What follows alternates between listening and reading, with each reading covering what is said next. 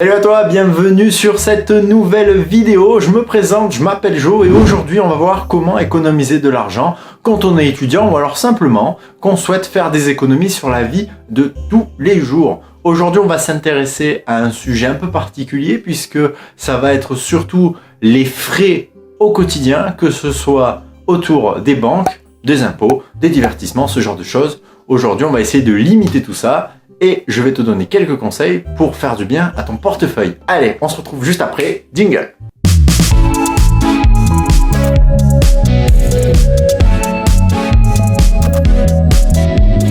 Première astuce qui va être de devoir choisir sa banque. Souvent, en tant qu'étudiant, on est rattaché à la banque de papa-maman. C'est bien normal, c'était comme ça pour moi. Et pourtant, c'est pas ce qui nous arrange le plus. Être dans une banque, traditionnelle en tout cas, avec une carte bleue, engendre des frais de gestion, des frais de carte. Faut savoir qu'une carte, ce n'est pas gratuit, du moins pas normalement. Et oui, tu peux avoir par mois entre 1, 2, 3, voire même 8 ou 9 euros de frais de carte, frais de gestion de compte. Pour éviter ça, je te conseille de t'orienter plutôt vers des banques en ligne où la migration est souvent gratuite. Tu peux même, en fonction des périodes, avoir des promos et donc gagner de l'argent en rentrant dans cette banque-là. Un virement souvent de 100 euros, ce genre de choses, ou du parrainage. Bref, je te conseille donc de passer sur des banques en ligne où la gestion de ta carte bleue sera totalement gratuite. Allez, deuxième astuce pour économiser de l'argent. Astuce facile à dire mais difficile à faire. Je conseille, t'as pas le choix en fait. Évite d'être à découvert. Parce que si tu es à découvert, alors il faut savoir quand même que tu as le droit, normalement en fonction de ton contrat avec ta banque,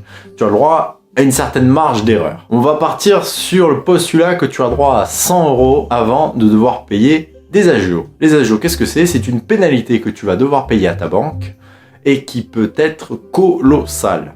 Ça peut être très très cher. Comment éviter ça? Ne pas être au-dessus du plafond que tu t'es fixé avec ta banque. Le mieux étant de ne pas être à découvert du tout, comme ça le mois d'après, tu pourras repartir sur une base solide.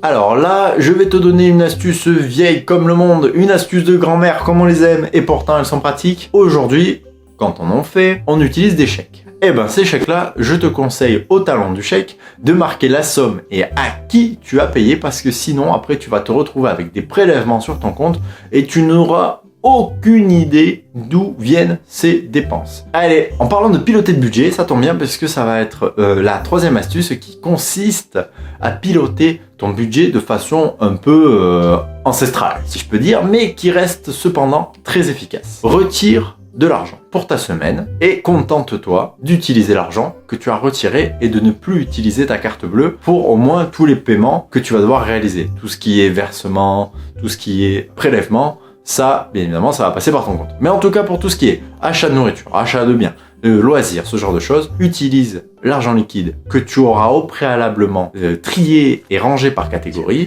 Comme ça, tu auras un budget pour faire les courses, un budget pour les loisirs, un budget pour les imprévus peut-être. Et à chaque fin, peut-être de semaine ou de mois, tu verras ce qui te reste et tu pourras l'épargner. Et donc, astuce numéro 4, j'enchaîne direct.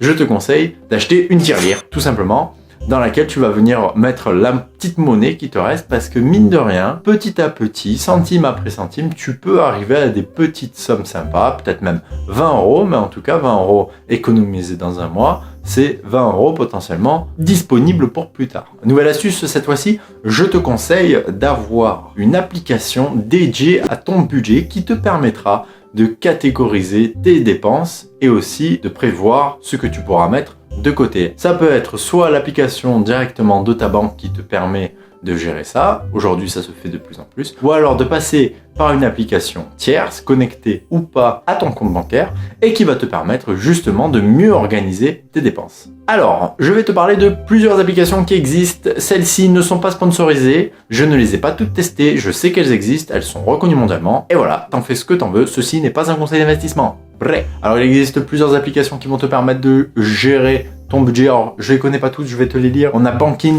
Pilote Budget, Linkso, Budgea, Toshi Finance et le petit dernier Tricount qui lui est mon petit chouchou. Pourquoi? Parce qu'il va te permettre de gérer ton budget en groupe. Je m'explique, tu pars en voyage et vous êtes plusieurs. vous avancez de l'argent les uns les autres. Tricount fait le mélange de tout ça et va répartir les dépenses. Je te garantis que ça va te sortir de ces galères, mon ami, mais laisse tomber. On a vu globalement les banques, comment autour de notre budget à proprement parler, on pouvait économiser de l'argent. Mais on peut encore économiser de l'argent, toujours. Cette fois-ci, on va plus s'orienter autour des divertissements, notamment par exemple la télé. Il faut savoir que ta télé, que tu as directement soit par internet, soit par satellite, tu vas payer une redevance télé. Cette redevance télé, cette année, en 2021, elle était de 135 € à peu près. Aujourd'hui, en passant par ton ordinateur et internet, tu as accès à tous les programmes en ligne et donc tu peux éviter d'avoir à payer cette redevance télé. Si tu es étudiant, tu vis sûrement dans un appart étudiant et il n'y a pas la place pour une télé. Donc au moins, c'est réglé. Une autre petite astuce autour du divertissement, parce que bon, on est humain, tu connais. Le cinéma par exemple. Tu vas aller au cinéma. Petit tips à avoir, par exemple, si tu es chez Orange, il existe les Ciné Days qui te permettent les mardis d'avoir une place achetée pour une place offerte. Alors là, que dire le peuple?